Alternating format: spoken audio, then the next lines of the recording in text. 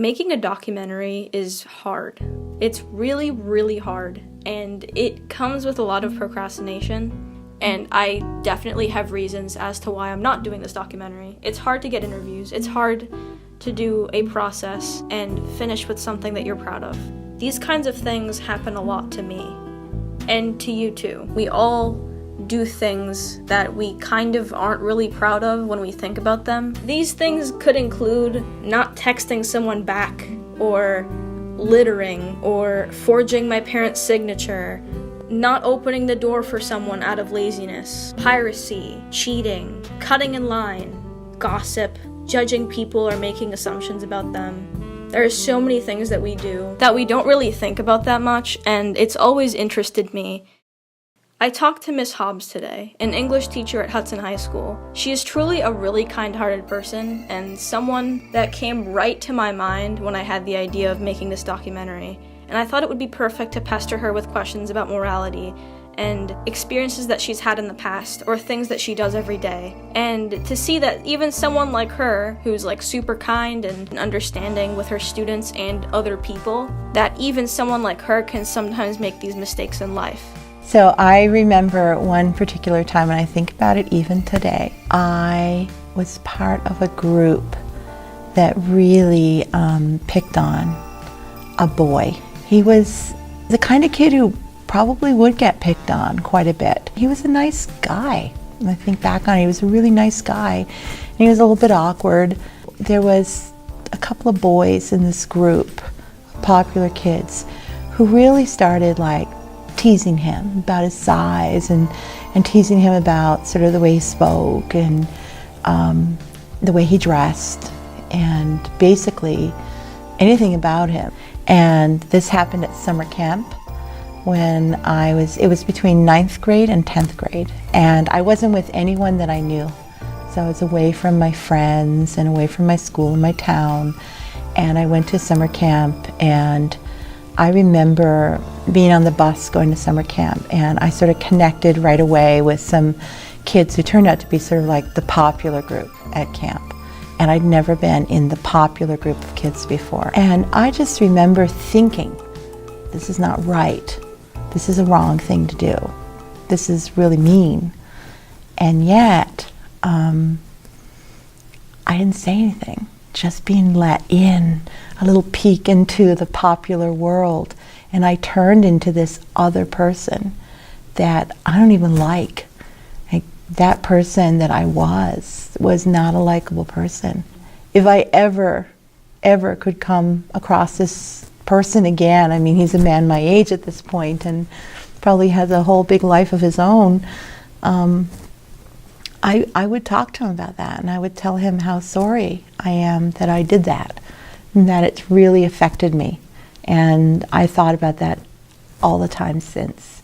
I think every day we do things that are probably wrong. I think every driver in Massachusetts does things they're not supposed to do.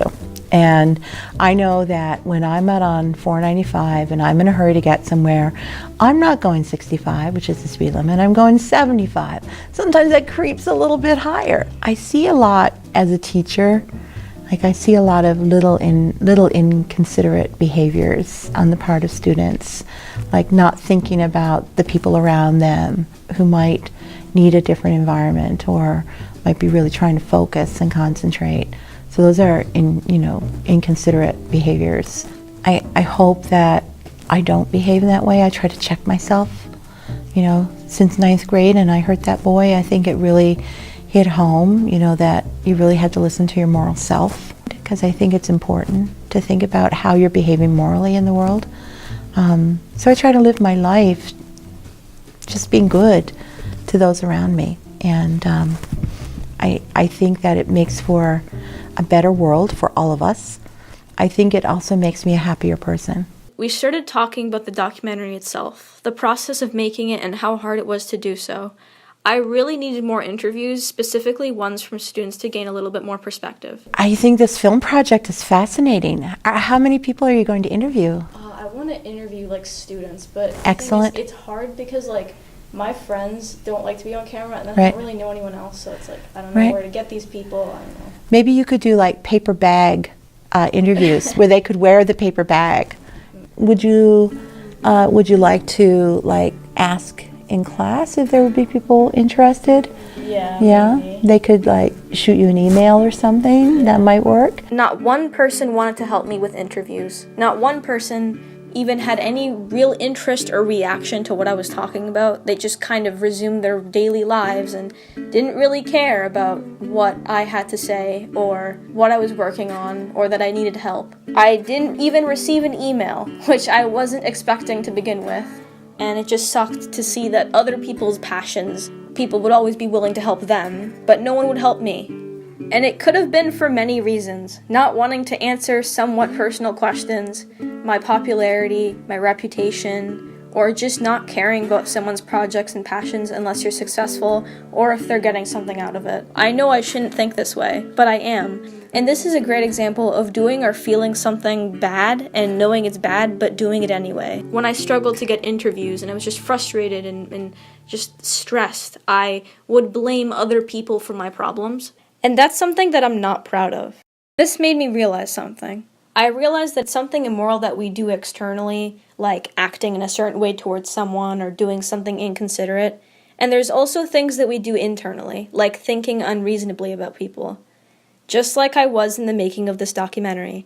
All of this happens so often, every day. But even if we're not proud of these thoughts or actions, we shouldn't let them define us, and we should learn from them.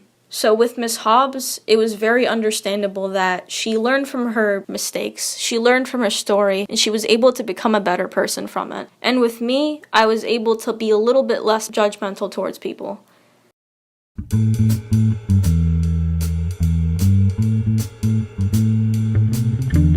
And also, sometimes I steal my husband's chocolate, and I'm diabetic, I'm not supposed to be eating, I just had chocolate. Chocolate is sort of like the big temptation for me because I love chocolate.